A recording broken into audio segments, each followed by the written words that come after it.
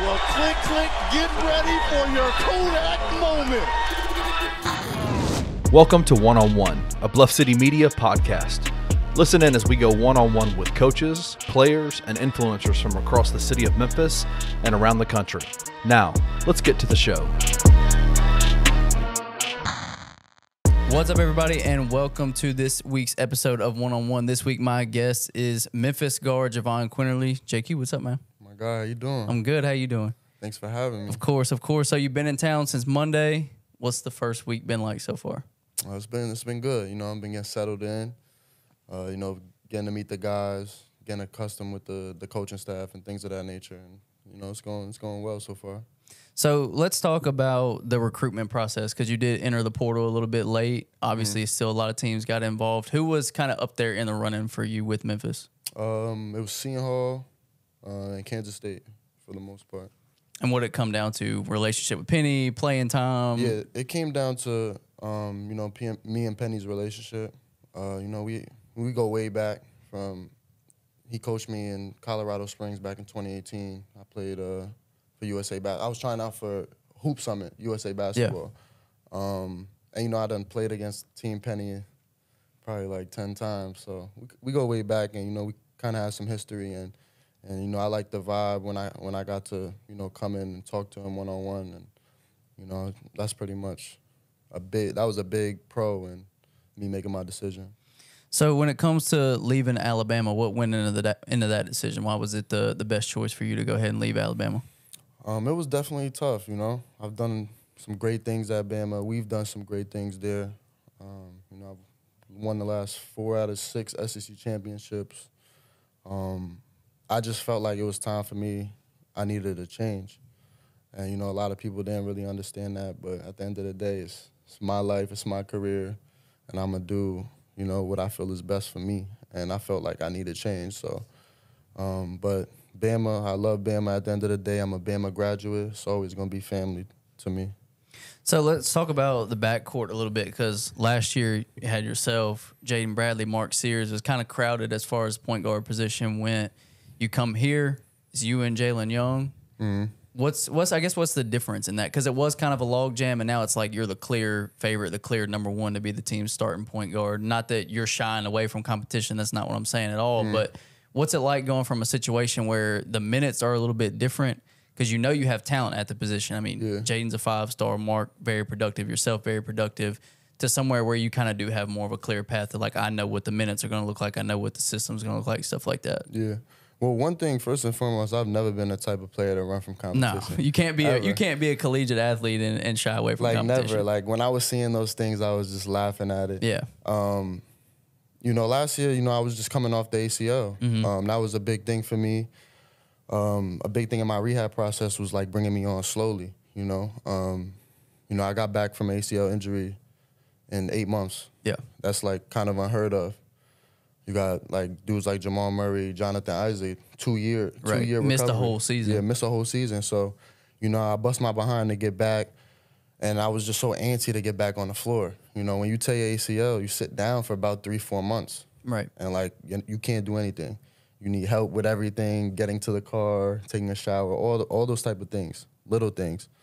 So I was just so antsy, and when Dr. King, shout out to Dr. King who did my ACL reconstruction, he did an amazing job. When he cleared me, I didn't jump the gun because I got cleared, but I could have still kind of, waited a little bit longer, maybe like a week or two, even three weeks, just so that I could have got comfortable playing on it. I felt like I was ready, and I kind of, I was antsy to play. Yeah. Because I wanted to play, and I wanted to help the team. It just took me some time to get comfortable, I think my 3rd game back from the ACL, we played North Carolina. I played like 48 minutes. Yeah. And, man, it was crazy because the way I felt after that game, I never felt like my body. Just like sore, tight? Yeah, sore. I never felt anything like it. So, it was an adjustment period that I had to make. I had to really start taking my rehab serious. And, I have been. Bama's helped me a lot with that. We had a great trainer. Shout out to Clark Halter.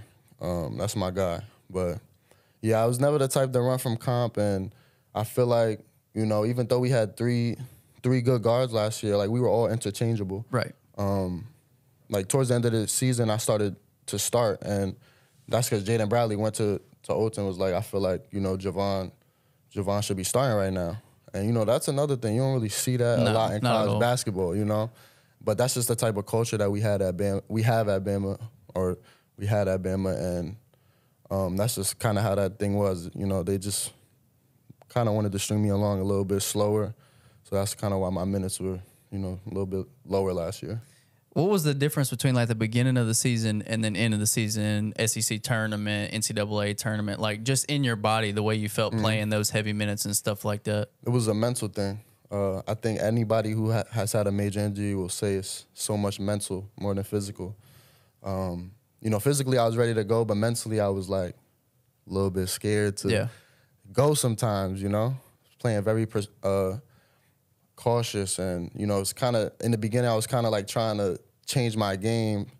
It was weird, but I got to a point like mid-season where I was just like, you know what, if I tear my ACL again, it is what it is, you know. And Been through it once. I stopped thinking about it, and I just start hooping, and you know, that's kind of when things changed for me, my personal play towards the end of the season.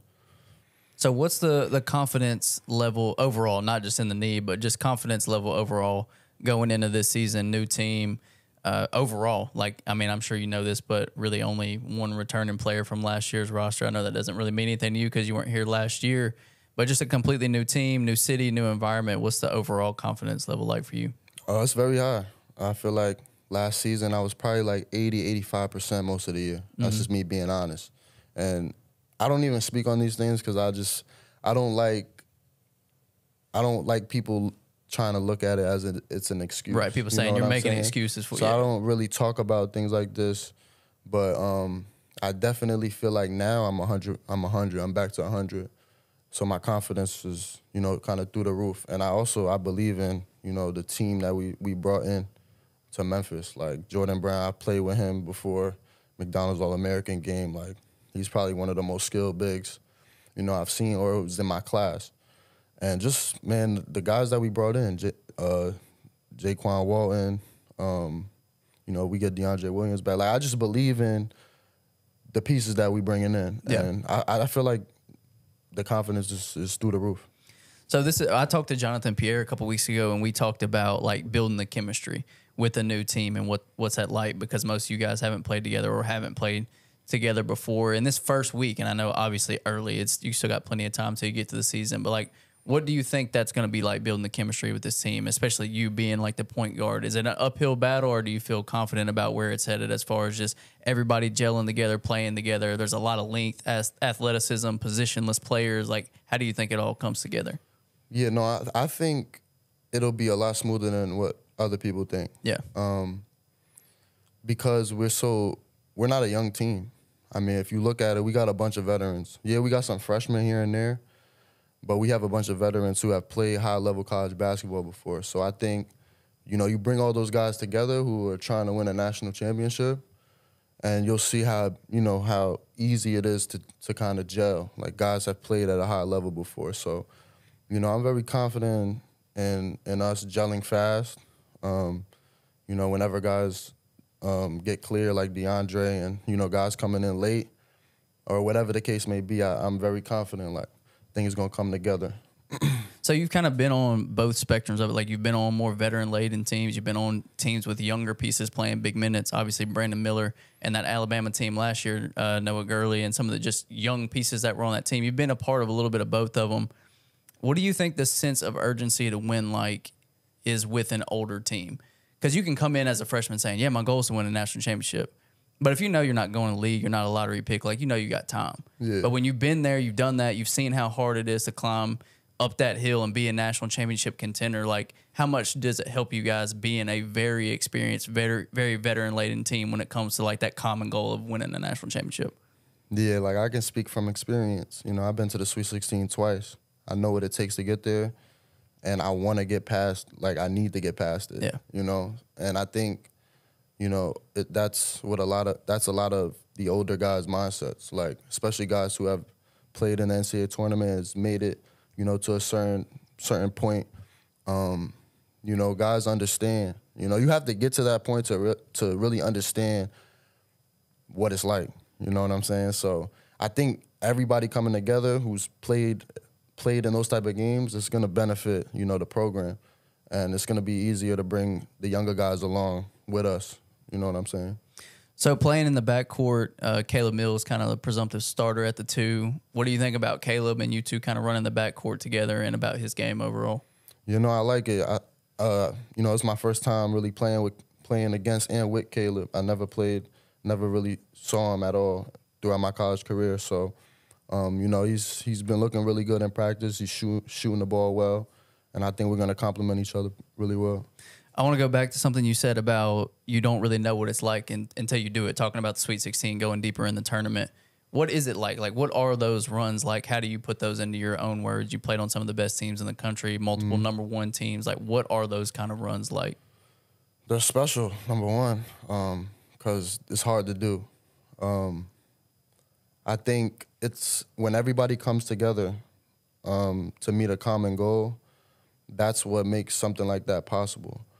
If you have guys who aren't putting the team first, that's where things get a little bit tougher. But when everybody comes together, like, I know it sounds cliche, like a lot of people probably say this, but it's so true. Like, when everybody comes together and puts the team first, everybody rises. You know what I'm saying? Like, if you're winning, everybody's gonna get recognized no matter what. You could be a role player playing 12 minutes a game. If you come in and make an impact, you're gonna be talked about, but you gotta win. So that's something that Penny's talked about, and I'm sure you've heard him say it already, just about being a team and having a similar mindset and a similar goal. As someone who's a veteran, who's experienced, who's been there, done that, like, how do you continue to help build that culture here? I'm just trying to be the best version of myself, number one, because, that's how I can kind of bring other guys along with me. I was never really a vocal type of person as a basketball player. I was more so like a lead by example type of guy. But, as my career has gone on,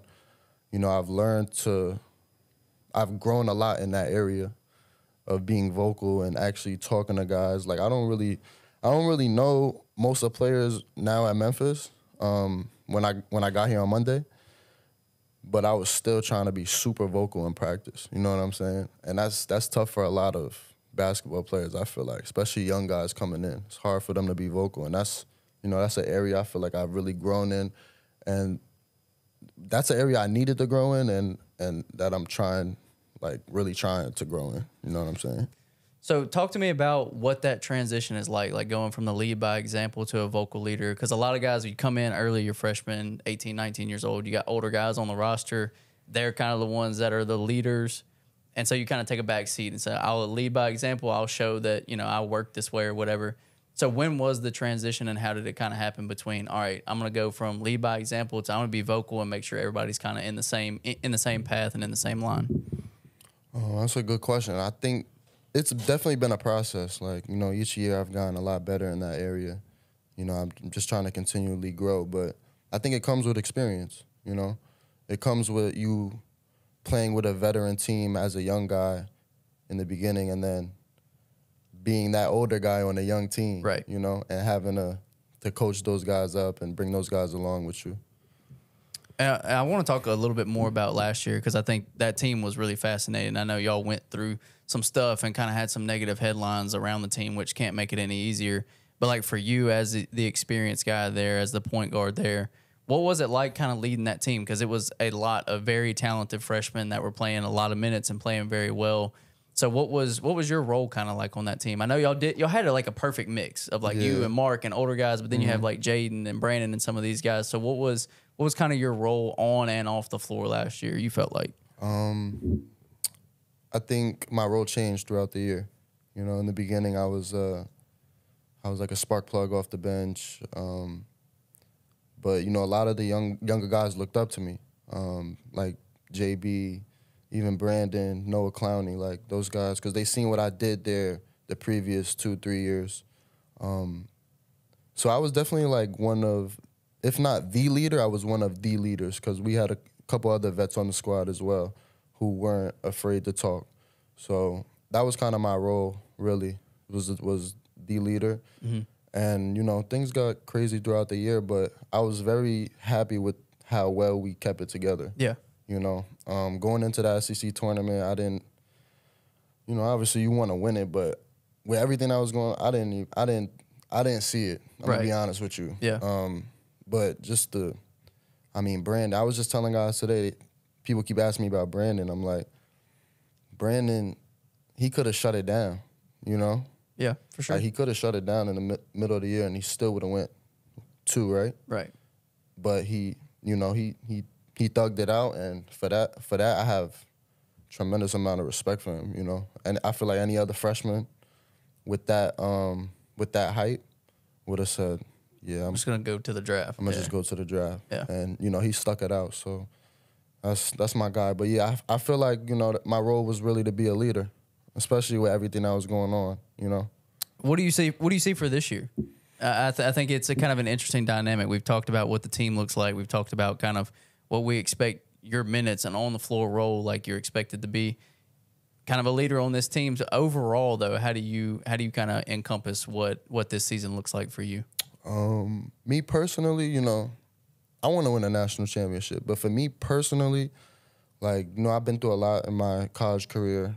I'm coming off a crazy injury. I'm finally starting to feel like 100%. So I feel like this is like my true bounce back year where I find myself. You know, I'm back to 100, and you know, I'm doing the things that I was doing pre-injury, before the injury again. You know what I'm saying? So, you know, that's kind of what I feel like. That's kind of how I feel going into the season. But, you know, at the end of the day, as a point guard, you got to lead. You got to be vocal, and, you know, you got to – I put myself in a position where I have to adapt. Yeah. You know? And I knew what I was doing when I made this decision, and I feel like this is what was best for me, so I did it. Let's talk about the journey a little bit, because I think it's very interesting, and I think it's a cool story overall. But coming out of high school, 5-star, you really got blown up by social media. Like, in my opinion, probably the first group of basketball players that got pushed by social media, like House of Highlights, Ball is Life. Like, they made you guys a massive deal with the Jelly Fam stuff. What was that wave like in high school? It was crazy. I'm gonna be honest. Was it your senior year when it started, or were you younger? No, I was younger. I was a sophomore. Sophomore when it started to like really take off. Yeah. You know, it was a crazy time. It's crazy to think about because I've come so far, and you know, back then I don't think any of us were prepared for the fame and everything that was happening. Mm-hmm. It just happened so fast, and you know, we kind of just, it was so many young kids that were looking up to us. You know, we were just trying to do the right thing and be a good influence into the youth. And, you know, it's wild. You know, people still to this day, you know, you got announcers saying Jelly Fam this. And it's just crazy because we really started something that, you know, kind of not changed basketball, but, you know, it's a movement that, how can I say it? It like, I think it allowed like a jumping off spot for younger players, because you can see, okay, I can get like exposure this way, or like social media is a way for me to be able to showcase what I can do and stuff like that. It's the first time I saw it personally. Mm-hmm. So that's kind of like, yeah, it was a crazy time. Like, it was fun for sure. And then, so after that, just want to walk through a little bit after that. Nova for a year, to Bama, now to Memphis.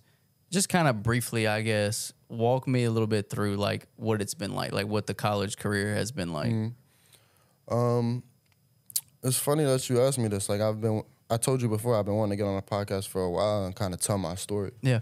You know, Villanova, you know, to be honest with you, I made the wrong decision. I wanted to go to Arizona to begin with.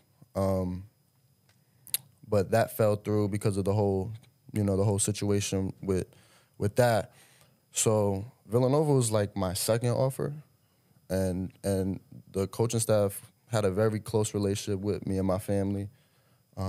Ashley Howard was the assistant at the time when I committed, but he ended up leaving that year. A lot of people don't know this. He ended up leaving and going to LaSalle. It was just tough. I went to a school where I kind of wasn't able to be me, you know? And, you know, this isn't a knock to Villanova because, you know, at the end of the day, I still have a lot of friends at Villanova. I still talk to guys that I play with at Villanova. And I still even talk to Jay Wright, like, to this day. So just playing for a Hall of Fame coach, Jay Wright, learning so much from him. Even though I wasn't playing, I learned a lot that year. Playing behind guys like Colin Gillespie, Phil Booth, who've won national championships. You know, they kind of taught me what a winning culture looks like. And that's how I was introduced to college basketball. And I took that with me, you know, to Alabama, because when I decided to transfer, you know, Bama was, I think they had made the tournament like maybe, they weren't hot. They weren't making the tournament every year. Colin Sexton had taken them one year, but you know they were down at the time. So a lot of people like question mark when I went there, but Nate Oates, I believed in his vision, and he was the first coach to call me when I hit the portal. And, you know, I went down there, I saw the campus, and I was like, this is enough. This is where I'm going to go. And I also looked at how he used to let his Buffalo guards play, because that's where he coached before. And I was like, if you're going to let me do this, I'm excel. And, you know, we grinded. You know, first year, they deemed me ineligible. Yep. You know, at the time, I think they were handing waivers out like they were candy. So I thought I was going to get the waiver when I decided to transfer. But I ended up not getting it, and I had to sit. And, you know, that was tough because I just, you know, I wasn't playing at Nova, so everybody thought, you know, I wasn't living up to the expectations. And then, you know, I made the jump, and then they deemed me ineligible. So I had to wait a whole nother year to show everybody that, you know, this isn't a fluke. Like, I'm really, you know, I'm as good as advertised. You know what I'm saying? Yeah. So, my first year at playing at Bama after the redshirt year, I hadn't played basketball in like a year and a half, like live basketball. So it took me some time to get comfortable again playing live. And, you know, we started the year out slow, but towards the end of the year, you know, the team really came together. We had John Petty, Herb Jones, Jordan Bruner from Yale. We had a really talented team and guys, a veteran team as well, and guys really bought in. And, you know, we ended up winning double SEC championship that year, going to the Sweet 16, losing a tough game to UCLA. And then, you know, I was thinking about testing the waters that year, but I wanted to kind of do one more, the team kind of be my team. You know what I'm saying? And, you know, that following year, I ended up tearing my ACL in an NCAA tournament game 3 minutes into the game. And that was the year I was going for sure, you know, into the draft. And a lot of people don't know that. But I was ready that year, you know? Yeah. So I tear my ACL, and I'm like, do I go pro with a torn ACL? Like, once I found out I was probably going to have to fund my rehab process, I was like, maybe I should just go back to school, get healthy, do one more. And that's what I did. You know, I got healthy. We brought in Brandon Miller, Noah Clowney, very talented. Noah Clowney, too, is super talented, bright kid. 18 years old. Yeah. You know? Yeah. You know, we brought in great recruiting class, and, you know, we were able to go on another run. And, you know, I'm just, at the end of the day, I'm grateful for the experiences that I've went through because it's made me who I am. And, you know, also a lot of people who would have gone through this, they wouldn't have made themselves relevant again. You know, right. I've kind of made myself relevant. Every time I fell, I've been able to make myself relevant again, and you know, you don't really see that. So no, it's tough. I'm like you were saying, like I'm sure a lot of people like once you didn't play at Nova were like, yeah, I was written off. I've been written off like 2-3 times now. and it's cool because I see the end goal already. Yeah. I see it. It's there. I feel like I've earned my opportunity, and that's all I need is the opportunity, and it's gonna come. But until then, I'm trying to get a national championship. Yeah, it's a good mindset to have. Something I want to talk to you about because I think you have an interesting perspective on this. Someone who's been in the non-NIL college basketball and in the current NIL college basketball. How much has it changed behind the scenes? You don't have to go into specifics. Definitely not asking for specifics on anything, but like, how much has stuff changed being recruited? Like now you've been recruited as a high school guy multiple times in college after transferring twice. How much has this changed the landscape as a player? No, it's changed a lot.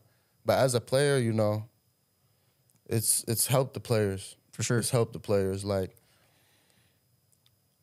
I wish NIL was around when Jellyfin was around because, to be honest with you, and I say this humbly, I'd probably be a millionaire right now. You're probably right. But I'm happy to see guys get paid, especially like young guys coming in from high school who have a big following. Like, they earned that. Yeah. And for me, for the college, it's changed a lot. It's changed the whole dynamic, the whole way you recruit. But for the players, it's like, I feel like we've earned this. And for me personally, I'm just trying to take advantage of it the best I can because I know so many guys before me weren't able to take advantage of it, And they probably looking back now like, wow, if I would have stayed in school, I would have probably made a lot more money, right? So. You think there are a lot of guys like that maybe, didn't have a professional career or played overseas? I know where they for certain for they sure. are. Yeah, for certain, for sure.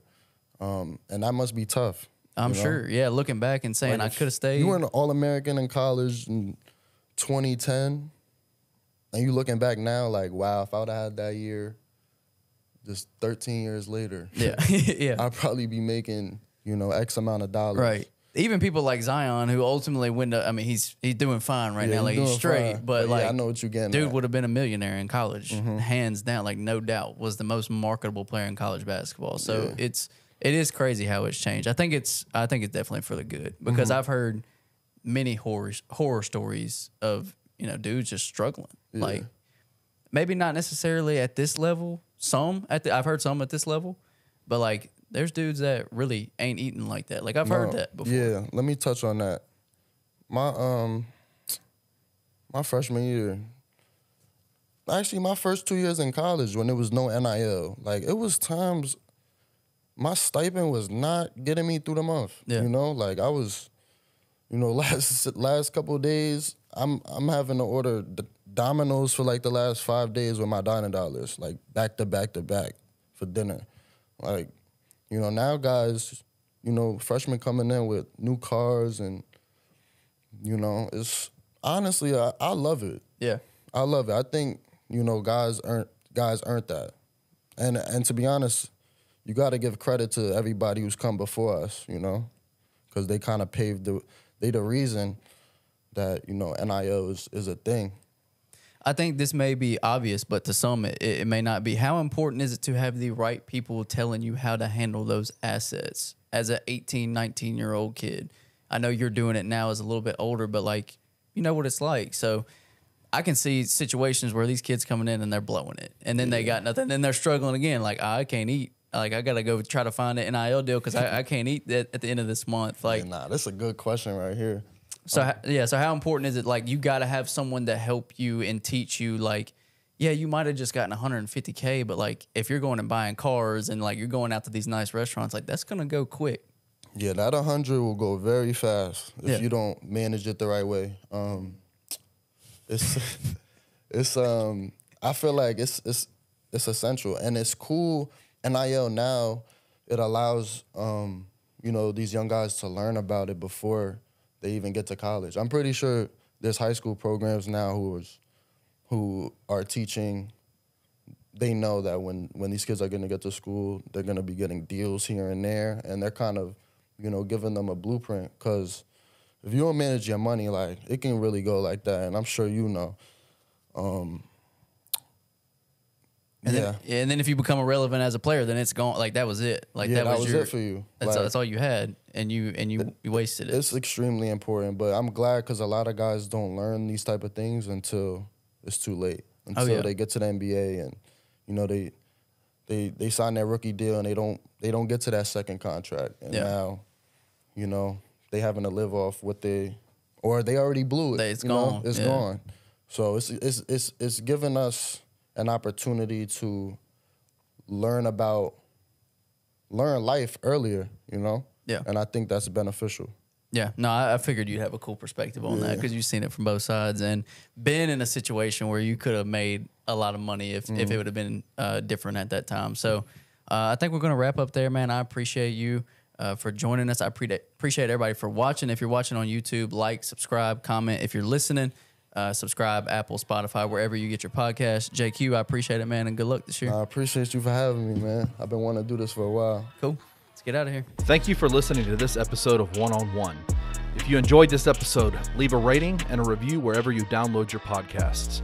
Also, like and subscribe to the Bluff City Media YouTube page. We will see you back here next time.